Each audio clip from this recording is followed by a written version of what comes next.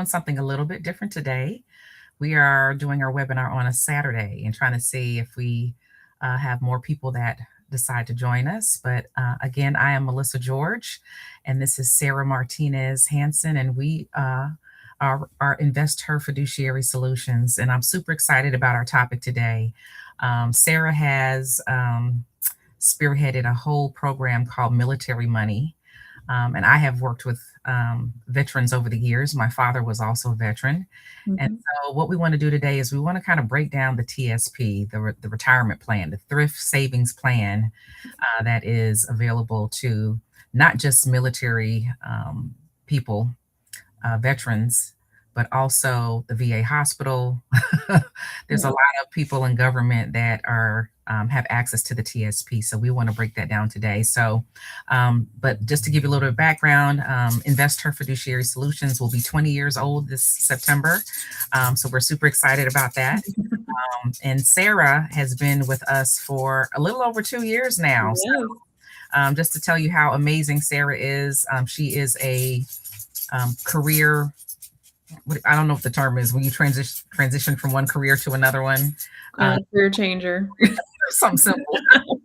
She's a career changer. She came to us a little over 2 years ago as an intern. Started her master's program in financial planning. She finished that in December.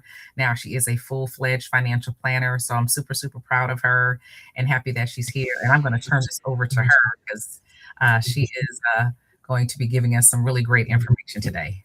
Thank you, Melissa. You're welcome. Okay, so yes, today we are talking about the Thrift Savings Plan, the TSP, and then also comparing it to other investment options that every military woman or person should know. So I'm really excited about this topic because it's a big deal. It's very important to get this right. So. Okay, so the agenda, we're going to be going over what is the TSP and understanding how it works, the funds within the TSP that are available, TSP versus other investment accounts like the IRA, Roth, or brokerage, the BRS advantage, which stands for Blended Retirement System Advantage, building your strategy, action steps that you can take, and then of course closing with Q&A and next steps.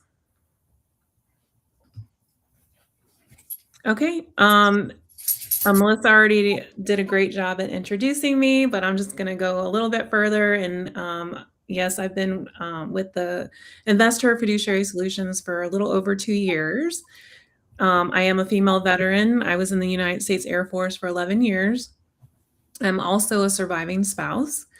My specialized focus is veteran financial strategies and benefit optimization.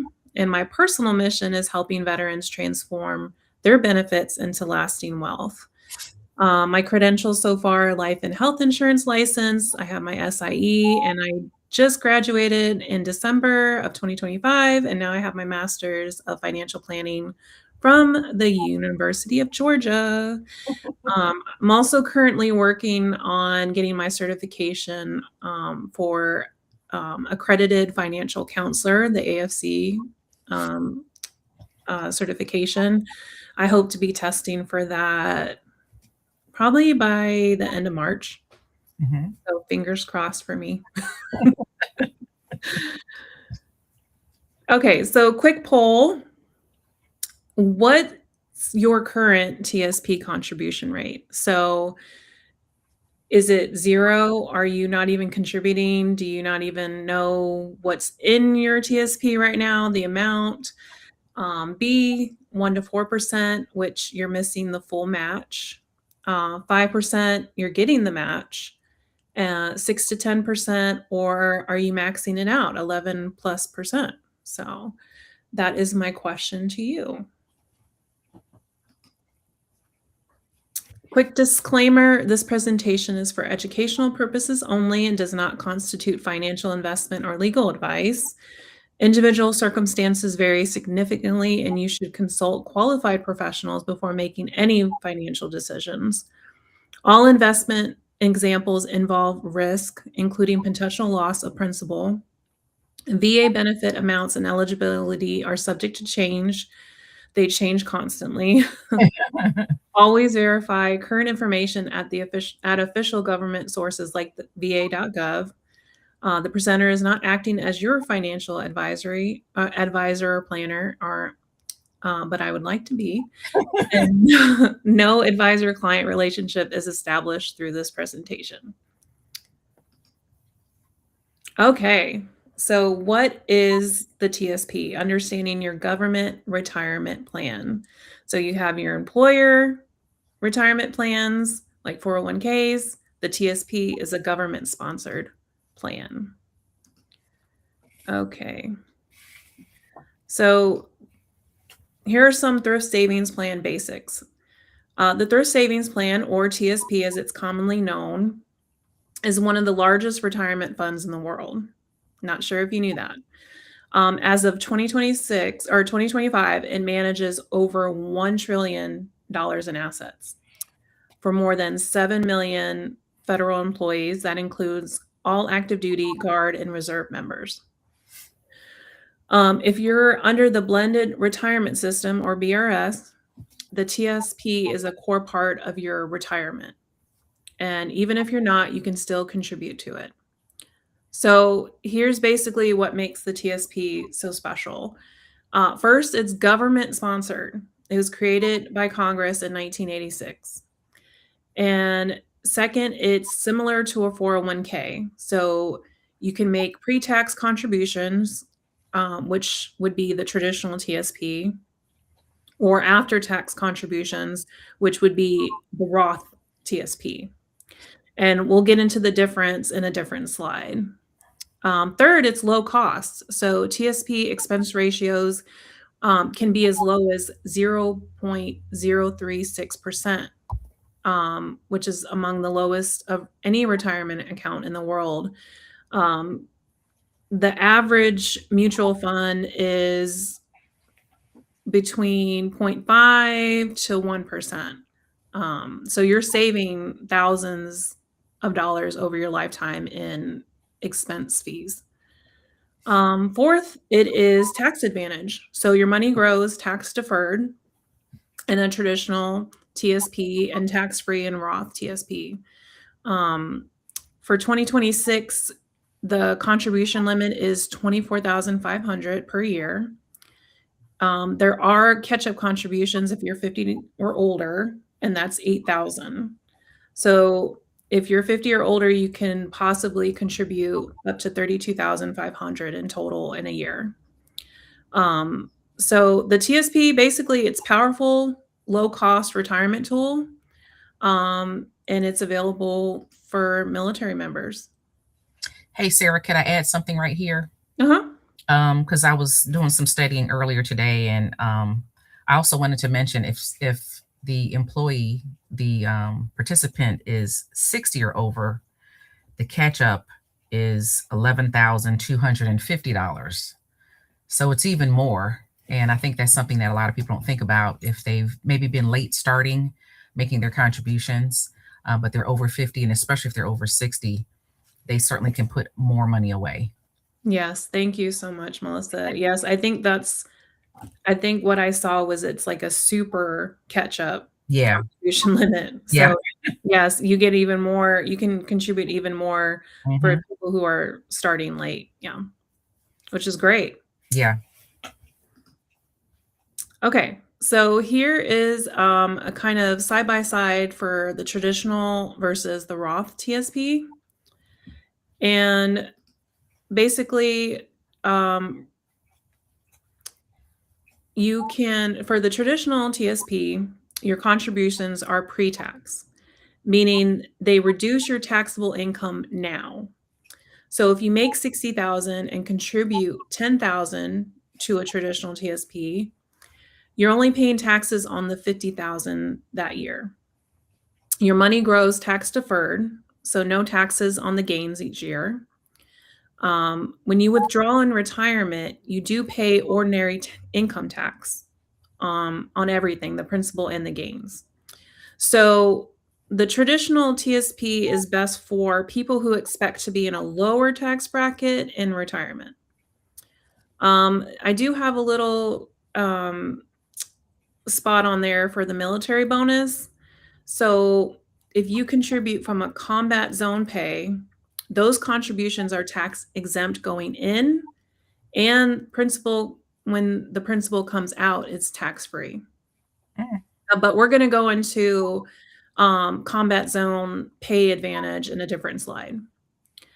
One of the downsides to a traditional TSP is that there are required minimum distributions called RMDs, and you have to start that at age 73. For the Roth side, your contributions are after tax. So you don't get an immediate tax break. You pay taxes on your income now, and then you contribute. Your money grows tax free, no taxes on the gains. When you withdraw in retirement, as long as it's been 5 years and you're over 59 and a half, it's 100% tax free, principal and earnings. So this is the Roth TSP is best for people who expect to be in a higher tax bracket in retirement or who want tax-free income later in life. Again, the military bonus on the Roth side, your Roth TSP contributions are tax exempt going in and tax-free coming out.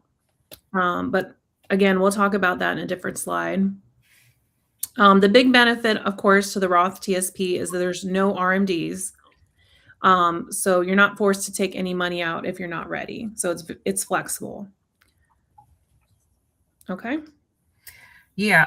I also wanted to mention RMDs is one of those things that come up all the time where people don't really understand. They don't really understand what they are. And of course, most people are going to start taking money out of their retirement prior to 73. But there is a group of people that don't need the money. And so what happens is by the time they turn 73, they are forced to take some money out. And people are always like, well, why? Why am I being forced to take money out if I don't need it? The reason why, if you think about it, that money has never been taxed, right? Mhm. It wasn't taxed when people made their contributions. The earnings from year to year were not taxed. And the government wants their tax base. So there's a calculation. Won't I'm sure we're not going into the calculation. For the most part, whatever the balance of that account is, let's say it's somewhere around 4%. By the age 73, they're going to require that you take that money out so that they can get the taxes on it. And if you don't, there's a penalty. So Mm. Yeah. I just wanted to kind of mention that. So on the Roth side, the fact that you never have to do that, if you don't need the money can continue to grow. So it's a big benefit. Yes. Thank you for adding that. Yes. RMDs, I feel like we need to do a different webinar on that. Yeah, certainly. Okay. So, TSP funds, we're going to go into the different types of investment funds that are available through the TSP. Okay. So, basically, for the TSP, there are 5 core funds. You have the G fund, which is government securities. This is US Treasury securities guaranteed by the federal government. It's your lowest risk. Um, it earns a unique rate that typically outpaces money market funds, but don't expect big returns. Okay. This is best for capital preservation, near retirement investors, or people who have a low risk tolerance. You have your F fund, which is fixed income bonds. It tracks the US bond market, government, corporate, mortgage backed securities. It's low to moderate risk. Bonds are generally stable, but there is some inflation risk. Conservative diversification and reducing portfolio volatility. Okay, the C fund is common stock index.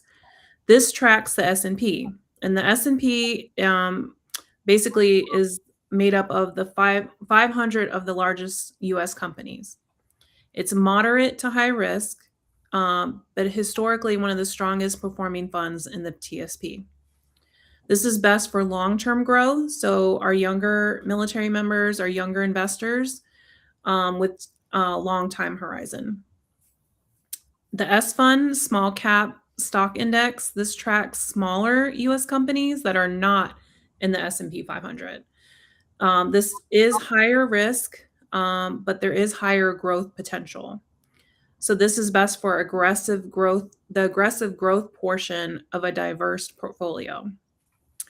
And then you have your iFund. This is International Stock Index. This tracks developed international markets like Europe, Asia, Australia.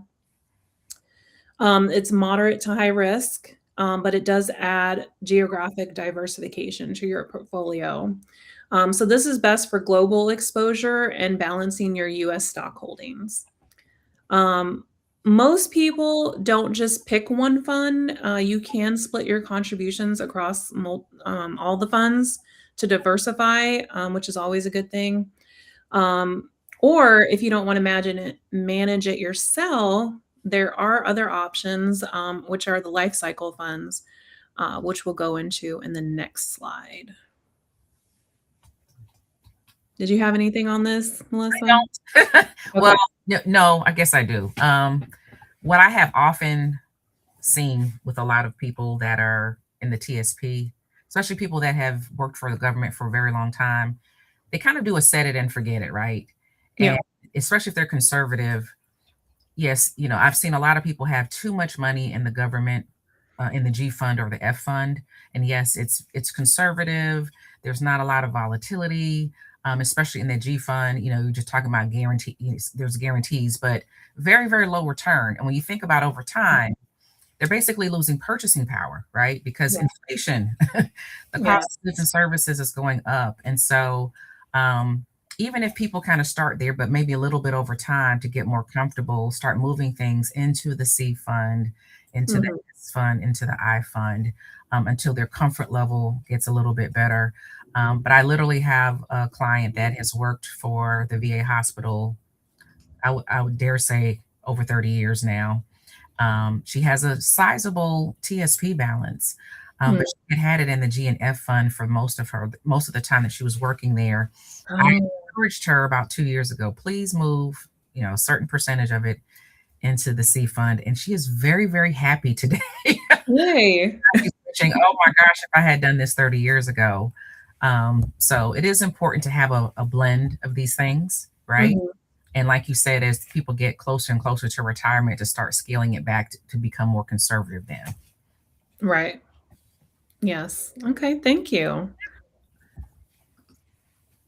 All right. So the life cycle funds, which is also available via the TSP. Now, these are you can compare these to like the target date funds and regular employer sponsored um investment, um I guess 401ks and IRAs, but life cycle funds or the L funds um are a set it but don't forget it option. So here's how they work. Each L fund holds a mix of the G, F, C, S, and I funds. Okay, so they're just a mix of all of them. And the mix automatically shifts over time. So it starts off aggressive when you're young, just joining the military, just getting started, and it becomes more conservative as you approach retirement. So you'll see funds like the L income. Now this is it's the most conservative. It's for people who've already retired and they've decided they want to keep their money in the TSP. The L 2025 are for people who are retiring soon or have retired because it's from 2020 to 2027. The L 2030, the L 2040, and the L 2050, and now there's 2060 and 2070. So the further out the date, the more aggressive the mix because you have that long time horizon. The target date is based on when you plan to retire, not your birth year. So even if you're 25, you could choose the L 2060 if you plan to retire around 2060. So who should use the L funds? People who want a hands-off, diverse approach. New investors who don't want to manage allocations, anyone too busy to rebalance their portfolio. Um, and just an important note, the fund automatically rebalances for you. So you don't have to do anything. It shifts from stocks to bonds over time without you lifting a finger. So if you're not sure where to start, an L fund matched to your retirement timeline is a solid choice. So I agree. I would actually rather someone do the lifestyle fund than just stick it all in the G and F fund and never look right, at it. Yeah, right, like you said, because then it loses it. It's not outpacing inflation. exactly. So yeah. Okay, so next we're going into the TSP versus other investment accounts like an IRA, Roth, brokerage, and more. Okay, I know this looks like a lot. Okay, so let's put the TSP side by side with other retirement accounts. So the TSP traditional, TSP Roth, they both have the same 24,500 limit for 2026 as far as contributions. The TSP traditional is pre-tax. BRS gives you up to 5% match. You do have limited investment choices. As you can see, we already went over the investment choices you have in the TSP. Um, you have penalty-free withdrawals at 59 or 55 if you separate that year. Um, the TSP Roth is like I said, the same 24,500 contribution limit. Now, this is a shared limit, so you can't put 24,500 in the traditional and then contribute 24,500 to the Roth. It's shared. So just remember that. This is with after tax contributions. You still get the BRS match up to 5%. You're still limited to the fund options that we talked about earlier. But withdrawals are tax free if qualified. Okay. Sarah, tell me again what BRS stands for our viewers. Blended retirement system. Hmm. So there is a slide on that. Okay. So we'll go more into what that is. Okay. Um, the traditional IRA and the Roth IRA for 2026 do have the same limit. It's you can contribute up to 7,500. And for the traditional, it's kind of the same thing, maybe pre-tax depending on income. There's no employer match, almost unlimited investment choices, and your penalty-free withdrawals at 59 and a half. With the Roth, same thing almost, except that you can access your contributions, not the earnings, the contributions anytime penalty free. With a brokerage account, you have unlimited contributions. There's no limit on how much you can contribute to a brokerage account. However, there is no tax advantage, no employer match. Um, there are no withdrawal restrictions, but you do pay capital gain taxes on earnings every year. Now, the health savings account. The contribution limits for that for singles is 4,400 for 2026 and 8,750 for a family health savings account. The health savings account is unique. It's a triple tax advantage. Contributions are tax deductible, growth is tax free, and withdrawals for qualified medical expenses are tax free. If you are 65 or older, you can use it for anything. So you don't have to use it for medical expenses after after when you turn 65. So the key takeaway is the TSP is powerful for the match and the low fees, but it's not your only tool. Okay, a smart strategy often combines the TSP with these other investment accounts. Anything you want to add, Melissa? I know that was a lot. It was a lot, but it's good information. I just wanted to mention under brokerage, some people do have a brokerage IRA. Mhm. And so it would fall under the same rules as the traditional IRA in terms of the limits and everything else. Okay. What you're talking about here is a non-qualified or a non-retirement brokerage account. So I just want to make sure people were clear. That is the account where you can put an unlimited amount of money in there, and of course it's taxable and all those kinds of things. So good Mm. job for lots of information. Yes. Thank you for that. Okay. So this is the Roth IRA, and it's is how it's um the TSP's perfect partner. Okay. It's a power combo. On your left, you have the TSP. You have employer match, low fees, high contribution limit. But the downside is there's limited fund choices and required minimum distributions if you're in the traditional TSP. On the right, you have the Roth IRA. Tax-free withdrawals, no RMDs ever, and wide investment choice.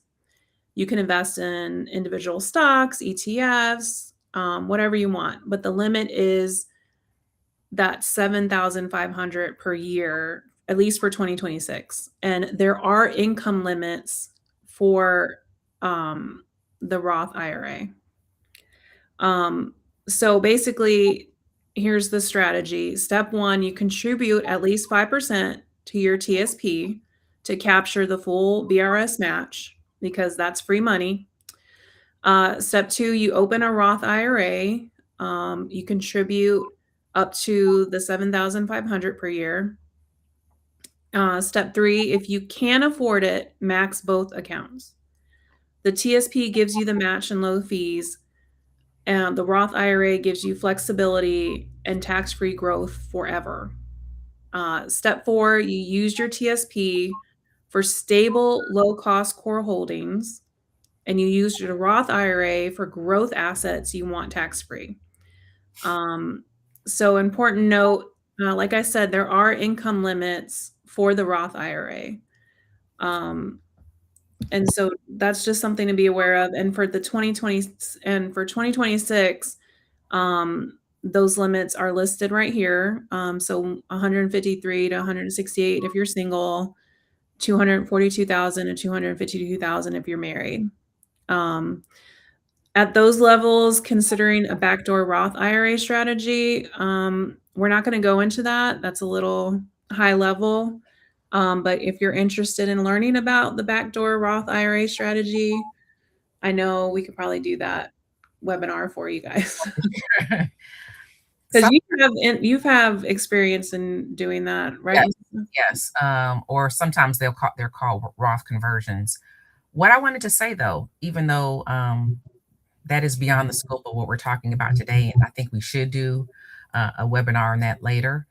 When people start thinking about these phase outs, what we're talking about when people do their taxes, their adjusted gross income, which for Mhm. most people is that 1040. It's usually the bottom line on the first page of the 1040. That's usually where it is. If it falls in this range, where basically the government is saying that you cannot contribute the full amount or maybe any amount into your Roth, that would be a reason to go back to the TSP Roth version, right? Mhm. Because that would be even easier. If someone really wants to fund a Roth IRA and they're limited to the 7,500, but think about how much more they could put in the TSP. In fact, they could put the 5% in the TSP, get the 5% match, and then their next dollar put it in the TSP Roth, Yeah. which is the same power combo that you're talking about, but you didn't have to go out and start another Roth IRA, and you're also not limited to the phase out. So that's something that people really should consider as well. Yes. For military members, I don't know the military pay tables for this year. Okay. I just know when I was in, we were not anywhere close to these numbers. So because I feel like that's a stigma. People think that military members make a lot of money, and it's like we really don't. Mhm. But we do have is a lot of benefits. Yes. That's what we do have. Yes. So. Okay. All right. So we're going to talk about the blended retirement system. Um, so the blended retirement system is kind of a new thing. It came out if you joined the military on or after January 1st, 2018, you're automatically under the blended retirement system, the BRS. If you joined before then, you could opt in, which is great. And then if you're still under the legacy system, some of this won't apply, but it's still good to understand because you can opt in to it. So the BRS has three pillars. It has the defined benefit, which is the monthly pension. So you serve 20 years and you earn a pension of 2% times your years of service times your highest 36 months of base pay. So 20 years basically equals 40% of your base pay for life. That's the defined benefit. This is reduced from the legacy system, which was 2.5%, but you do get the other pillars to make up for it. So pillar number 2 is the defined contribution part of the BRS. That's the TSP matching. So DoD automatically contributes 1% of your base pay to your TSP after 60 days of service, even if you contribute nothing. If you contribute, DoD matches up to 5%. So maximum DoD contribution is 5% of your base pay. So that is free money. If you're not contributing at least 5%, then you're leaving money on the table. And then the third pillar is the continuation pay mid-career bonus. I did not receive this because it's new. I got out in April 2016, so I did not get this third pillar, but I think it's great. It is a one-time lump sum paid between 8 to 12 years of service. Minimum, it's 2.5 times your base pay. You must serve 3 to 4 more years to receive it. So I feel like it's like kind of that bonus to, hey, stay on, stay enlisted. It's a golden handcuff. Yeah, basically. So for the mid-career bonus, don't just spend it, invest it strategically. Max out your Roth IRA, increase your TSP contributions, or build your brokerage account. Important, if you joined on or after January 2018, you're automatically in the BRS. If you joined before and didn't opt in, you're under the legacy. If you're unsure, if you don't know, check your MyPay account or talk to your personnel office and they'll be able to help you. But yeah, I didn't get to be a part of this blended retirement system, the BRS, but I think it's pretty cool. I wanted to ask this question for those that are watching that are not in the military. I'm assuming DoD is Department of Defense. Department of Defense, yes. Thank you catching me on all the military acronyms. Well, I know that sometimes people that are not in the military are also watching, and so I still think it's good information. They may have a spouse or son or daughter that are in the military, and I think it's still good for them to understand how their benefits work. Definitely, yes.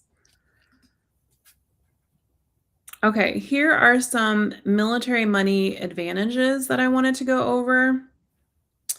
So beyond the BRS, military members have financial advantages most civilians will never have access to. So, just make sure you're using them. I covered some of these in a different webinar, but I thought it would make sense to add them here. So your combat zone tax exclusion, pay earned in a combat zone, which unfortunately, as the time of this recording, there's some things going on that some more military members might be in a combat zone. So your pay in a combat zone can be excluded from federal income tax.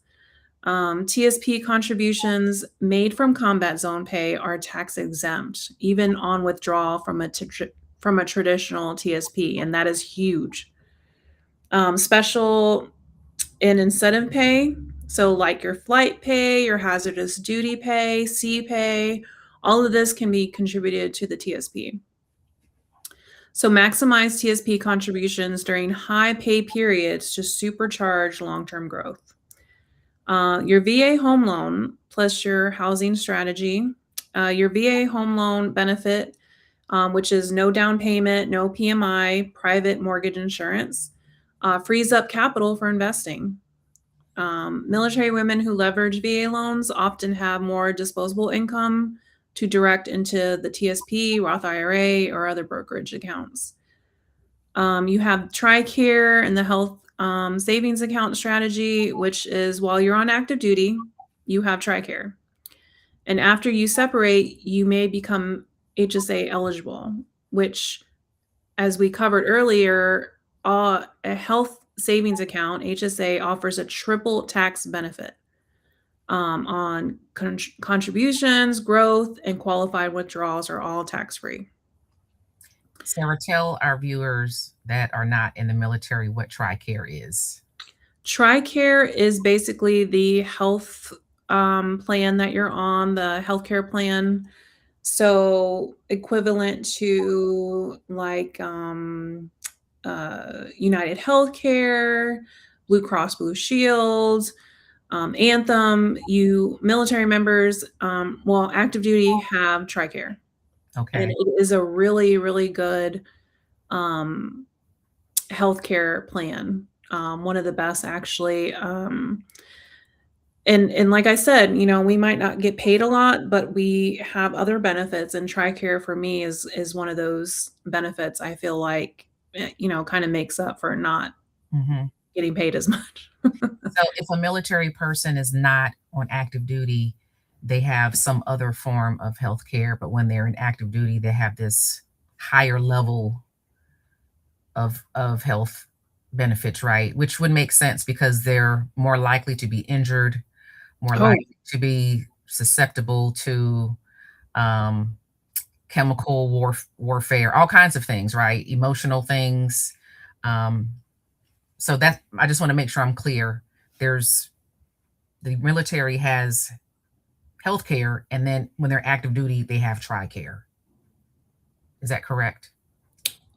when they're on active duty, they do have access to. There's a basically a military hospital Mhm. almost on every base, Yeah. and they have access to that. If they for some reason have to go out for something, or say they're on vacation and they have to go to the ER, that's when they use their TRICARE. Okay. Got it. Okay. Thank you for that. Yeah. Yeah, no, of course, yeah. Um, let's see, this SBP, which is, the Survivor Benefit Plan for surviving spouses. This is another military money advantage. It provides income continuation for military spouses. If the military member passes away. And like I said, I'm a surviving spouse myself. So I've dealt with this for over 10 years now. But understanding how it works with DIC, um, now I can't remember what DIC stands for. It's always a hard one. Okay. I was going to say, I was like, well, what's CIC? Yeah, I'll have to come back to that. It's another form of payment that surviving spouses get. But knowing how it interacts with that and your VA benefits is critical if you're a surviving spouse or planning your own SPP election. So the military member will elect their survivor benefit plan. It has to be elected. It is not an automatic benefit. You have to work with your personnel office and get it started. You want me to tell you what DIC stands for? Yes, Dependency and Indemnity Compensation. I knew indemnity was in there. Thank you. Have a lot of acronyms that we have to remember. So So many acronyms yes, in the military and in the finance world. yes. Last but not least is the GI Bill benefits. So your education benefits have financial planning implications. Your Chapter 35 benefits for dependents of disabled veterans may impact how you sequence educational versus retirement savings. So these are tools you've earned. So I encourage you to use them and understand them.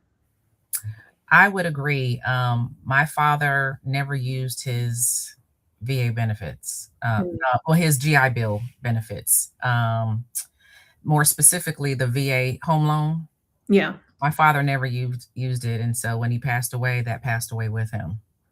And Oh, even though we had talked about it, we talked about, maybe purchasing something together, um, using his VA loan, and I wish we had done that because that could have been a nice rental property for me now. definitely. Or I Yes. can live in that house, and the one I'm in now could be my rental property. Yes. It's that one's a big one. I mean, you can definitely build a whole real estate investing portfolio with your VA home loan for sure. Absolutely, and especially not having to pay PMI. So very often when we're talking with clients that are wanting to purchase a house, I mean, ideally, they should put 20% down so they don't have to pay private mortgage insurance. And I think one of the things that most people don't realize is that when people have to pay private mortgage insurance, it does not protect them. It protects the mortgage lender. Yeah. You are paying the insurance premium for somebody else. Yes. So that is a huge benefit, and not having to put 20% down to avoid it.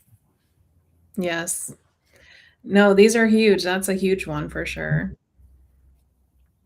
All right. Okay. Okay, so here's the combat zone tax advantage. I was said that we were going to talk about.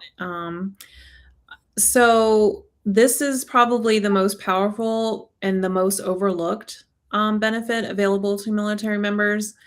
If you've been deployed or you're about to deploy, uh, which, like I said, there's some things going on as of this recording that people might be getting deployed soon. Here's the setup. So you're deployed and you earn $10,000 in combat zone pay. That pay is already tax exempt. You don't pay federal income tax on it. But what happens when you contribute that money to your TSP? So on the left-hand side, you have the traditional TSP.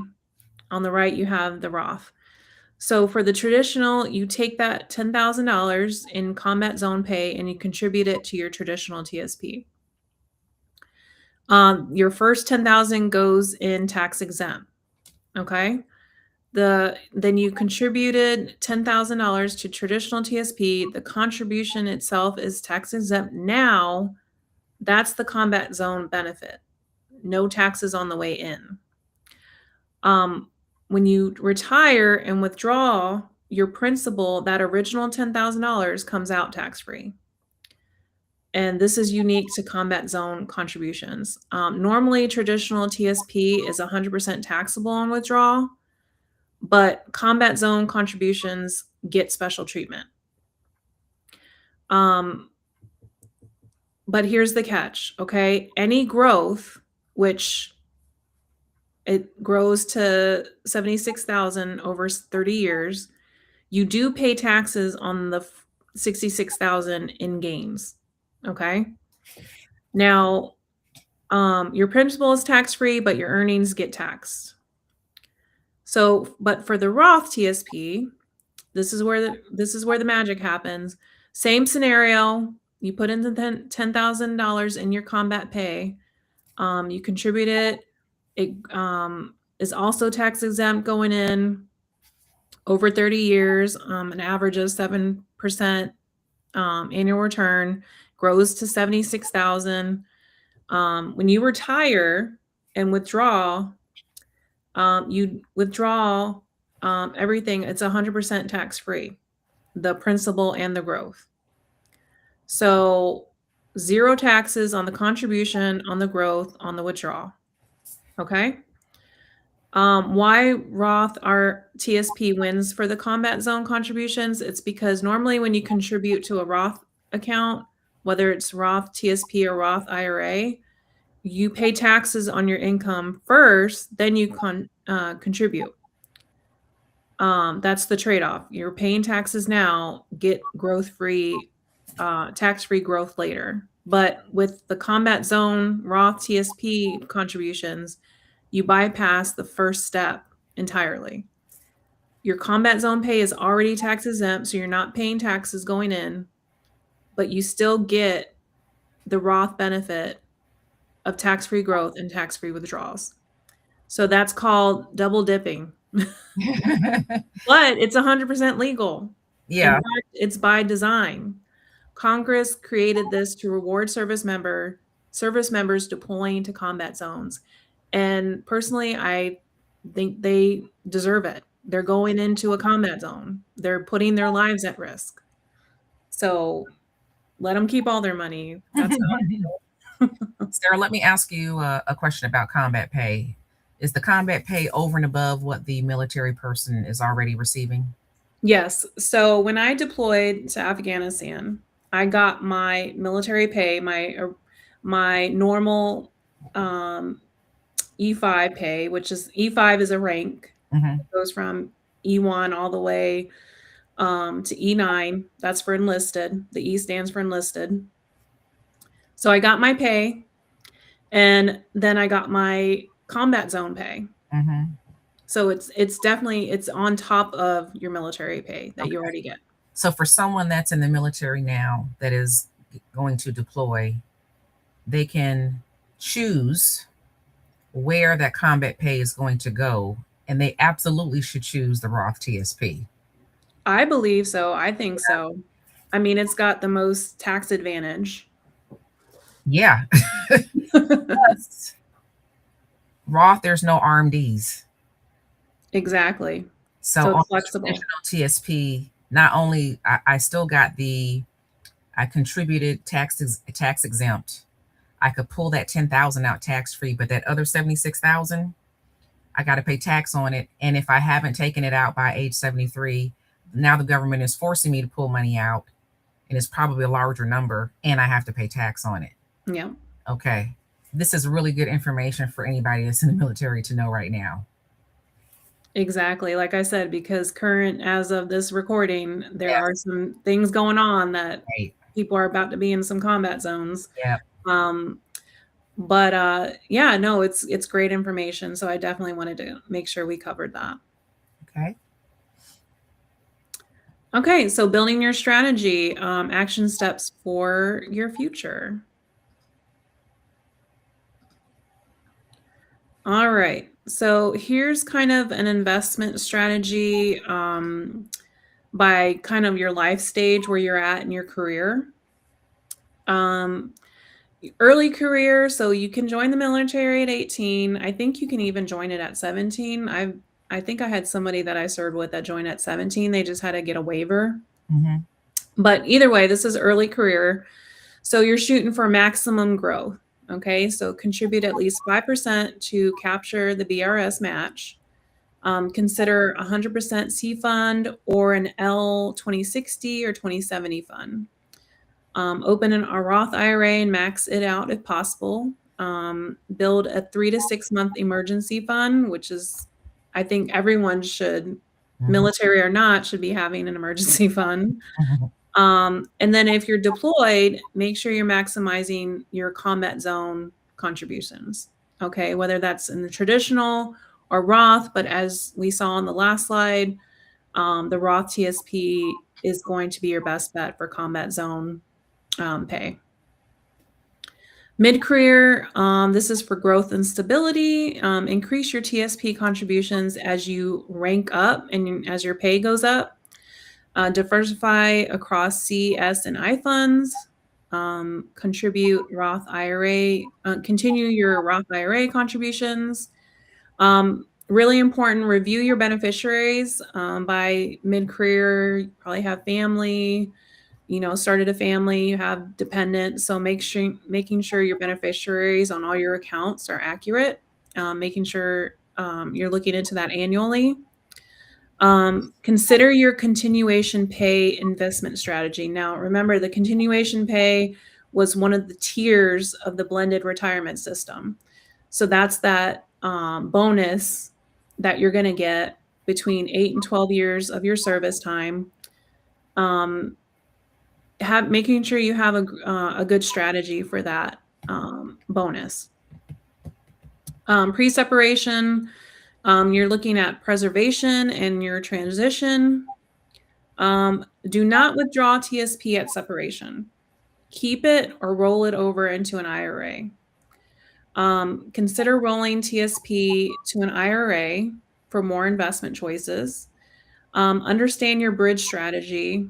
This is TSP withdrawals before 59. There is a rule of 55, so you can access it if you're 55 or over. And Is that a 72T? I'm sorry? Is that a 72T distribution, or is it something specific just to the military? It's something specific to the military. Yeah. Review your SPB election if you're retiring with a pension. And then account for how your VA disability rating will impact your income. And then post-separation, age 55 and over, you are focused on income generation. So the rule of 55, if you separate at 55 or older, you can access your TSP money penalty-free.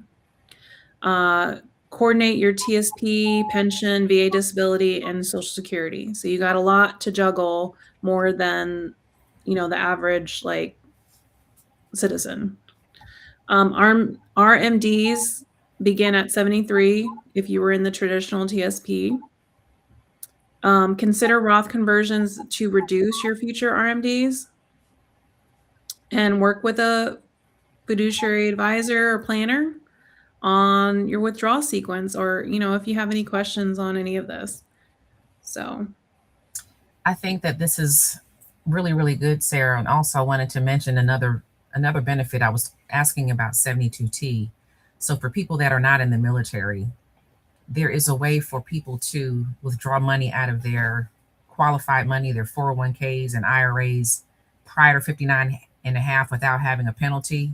But it's called 72T. And what 72T is says you can start taking your money out as early as 55, but you have to take out equal and substantial distributions.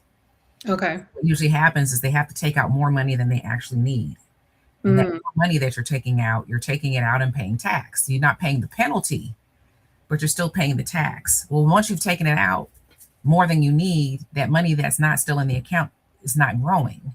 Yeah. So for a military person that can do this, hugely beneficial. And also where you say here, consider Roth conversions to reduce your RMDs. The fact that now the military, the TSP has the Roth option in it, people can actually stuff even more money into the Roth through their 401k contribution, as opposed to having to go outside and do a contributory Roth IRA. And the reason why I'm also thinking about this is as people move through their military career and they rank up, like you say, you talked about you were E5 and you're E6, E7, 8, E9, making more money, and then maybe also married, they might not be able to contribute to an outside Roth because of the phase out, right?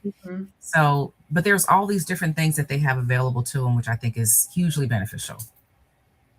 I agree. Yeah. And the 55 rule, I feel like is beneficial and necessary, because you have people coming in. A lot of people I know, they came in at 18, they do their 20 years, and then they get out and do another career for 20 years. Yeah. So all before they're 55. So it's important for that 55 rule, I think. Yeah. And the very last one that you talked about, working with a fiduciary advisor and on withdrawal sequencing, whether someone's in the military or not, withdrawal sequencing is really important. People understanding there is an optimal, what's the word I'm looking for? I don't want to use the word sequence, but an optimal order of how you start spending down your assets. Right. Of course, for most people, they're thinking about, okay, I've got 401k. Maybe I have that outside brokerage account. Maybe I have Social Security. Most people don't have pensions. Military people do. What money should I start spending down first? Mhm. And if it's done correctly, that money can last longer and maybe be more money that they have to spend during retirement versus if they just, I'm just going to take this one out first and not really give it any thought. They could be running out of money more quickly, which can really be an issue if they live long, or if they live long but not as healthy. Right. Yeah, and we work with withdrawal orders all the All time when we do the time. financial plans. Yeah. All the time. Mhm. Okay. All right. So this slide is the power of starting now. Um, so time is your biggest asset. And so we're assuming here a 7% average annual return.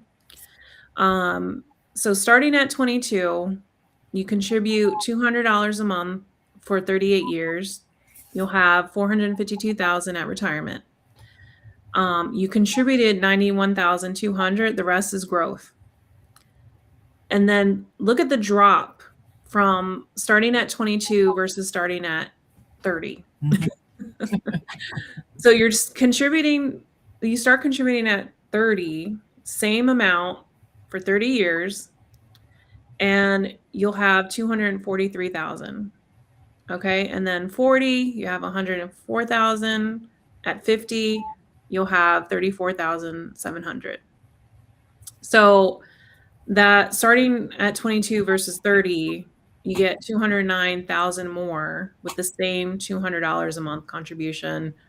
And then it, giving the same average annual return. Mhm. So every month you delay costs you more than a month of contributions. So start today, even if it's a small amount, $50 a month.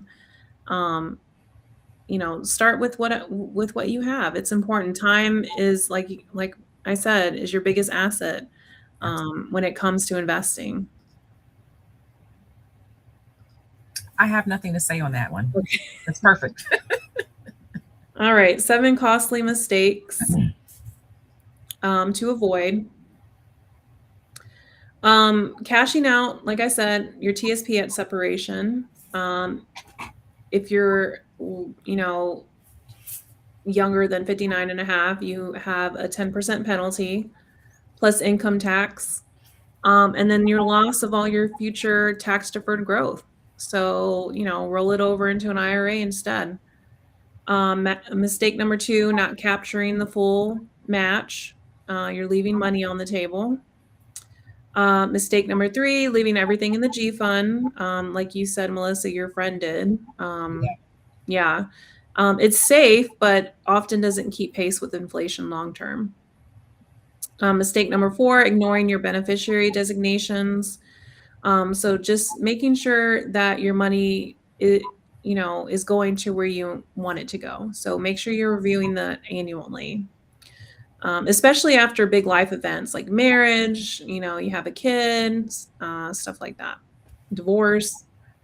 Mistake number 5, taking TSP loans. Um, you lose the growth that the money would have earned, but also loan repayments are made with after-tax dollars. Um, but if you are taking a loan from a traditional TSP, it's taxed again on the withdrawal, so you're getting double taxed. Mistake number 6, not planning for survivor benefits. Like I said before, you have to elect this, and the VA, the military, it's not going to just automatically enroll you into this. You have to elect it. And then number 7, waiting for the perfect moment. Like we said, time in the market beats timing the market. And I think we've said that before in others on other webinars. I wanted to add something to number 4, ignoring the beneficiary designations. This is something that comes up with us all the time. Hmm. Um, with we already know the statistics around divorce. About 50% of all marriages will end in divorce. And Mhm. then a lot of people will remarry. And so when people do not check their beneficiary designations, and a lot of people mistakenly think that whoever I list in my will is going to get the money, but beneficiary designations bypasses probate.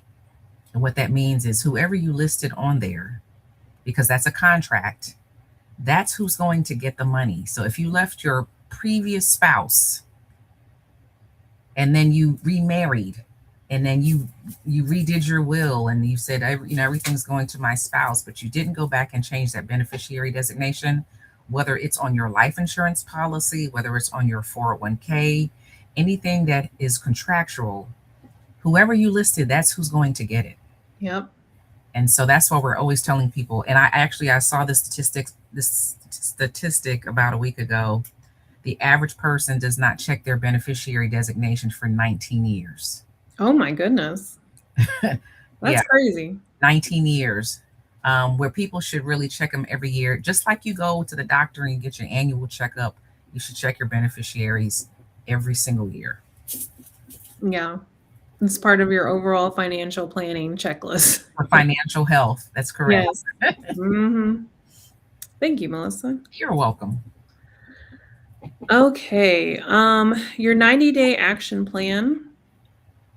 So, um, let's go ahead and this is just kind of something to consider. So day 1 through day 30, laying that foundation. So make sure you log into MyPay and check your current TSP contribution percentage. Confirm that you're contributing at least 5% to get the match. You can review your TSP fund allocation. So, what fund are you in? Um, Verify your TSP beneficiary is correct and current, and then see if you're in a traditional Roth TSP. So that's your first 30 days. Day 31 through 60 is optimizing. You're evaluating switching to a Roth TSP, opening a Roth IRA if you don't have one. Access your fund allocation or assess your fund allocation versus your timeline to retirement, and you review your VA benefits status and any unclaimed benefits, and calculate how much you'd have at retirement at your current contribution rate. There are calculators, and it'll be in the next slide, some tools and resources. There are calculators on tsp.gov that you can use to do that calculation. Day 61 to 90, increase your TSP contributions by 1 to 2%.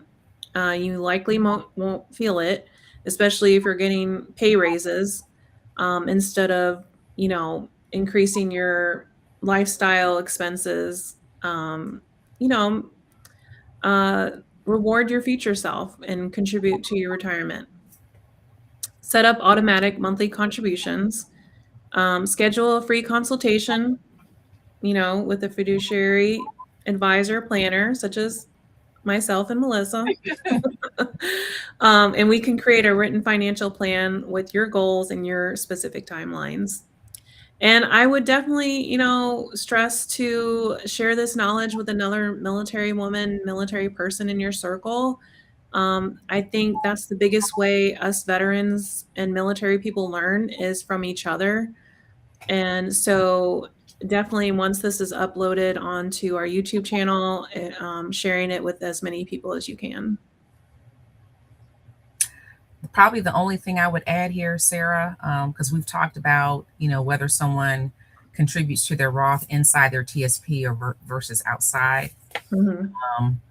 If they're in the TSP, it's going to be the same 5 core funds or a lifestyle fund. If Right. they have their Roth IRA outside, Mhm. have lot more options and very different options, right?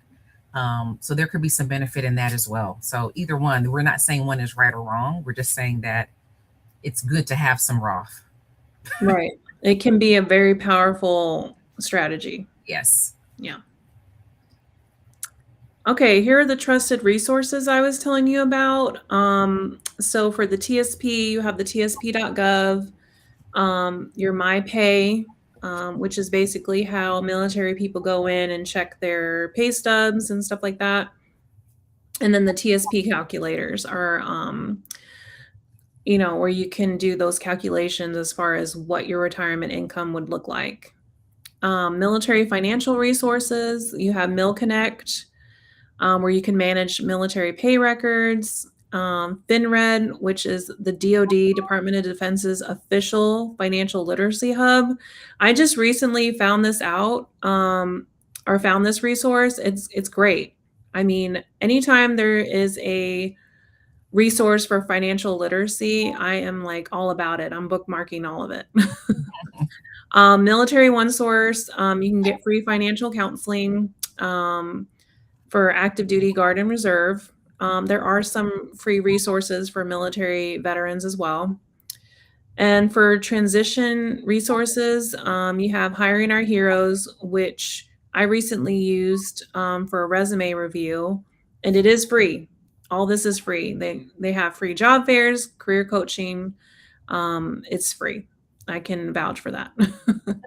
SkillBridge is the Department of Defense's internship program. So you can work with civilian employers during your last 180 days of service while you're still getting your military pay. So that is a unique program available. And then the VA e-benefits portal, this is basically where I live all the time.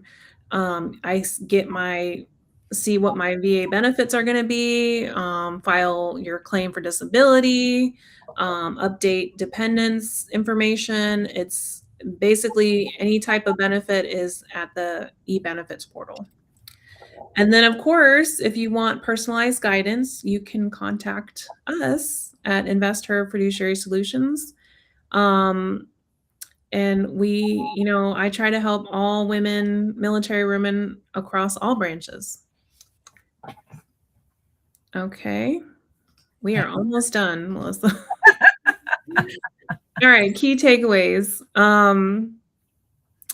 So takeaway number 1, get the match. It's free money.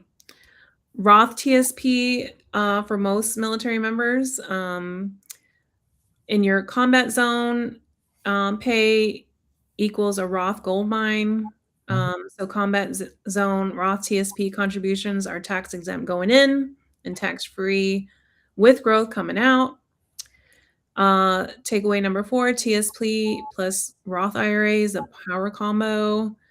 Number 5, don't cash out at separation, roll it over or keep it in there. And then number 6, of course, your time is your biggest asset. So start today, even if it's a small amount. I concur. All right, next steps. So connect with me. I would love to help you out in any way I can. Think of me as your financial planning partner and just fellow veteran that you can talk to. We both offer free 30-minute strategy sessions. That's where you can book at the IFS Military Money. You can book me. You can email me. You can call my office number. And, of course, check us out on our website, LinkedIn. You can see all my information as far as my history. But yeah, I'd love to connect with you. No question is too small. I just want to say, for anyone that's thinking about contacting Investor Fiduciary Solutions, if they're a veteran, I really think they should reach out to you, Sarah. I have worked with veterans, but I myself am not a veteran. So while I may be aware of all these resources and places to go for additional information, you are living it. Yeah. You are logging into My Pay on a regular basis. You're logging into these resources where I am not. And so I would highly encourage anyone with a military background or currently enlisted to reach out to you for more information and for some support. Thank you, Melissa. That means a lot. All right. Okay. Thank you all so much. And thank you for your service. If you're a veteran or a military member watching, you can follow us on LinkedIn, Facebook, Instagram, and our YouTube channel. So thank you again. And I hope it's Saturday. I hope you enjoy the rest of your weekend. Thank you, everyone, and great job, Sarah. Thank you, Melissa.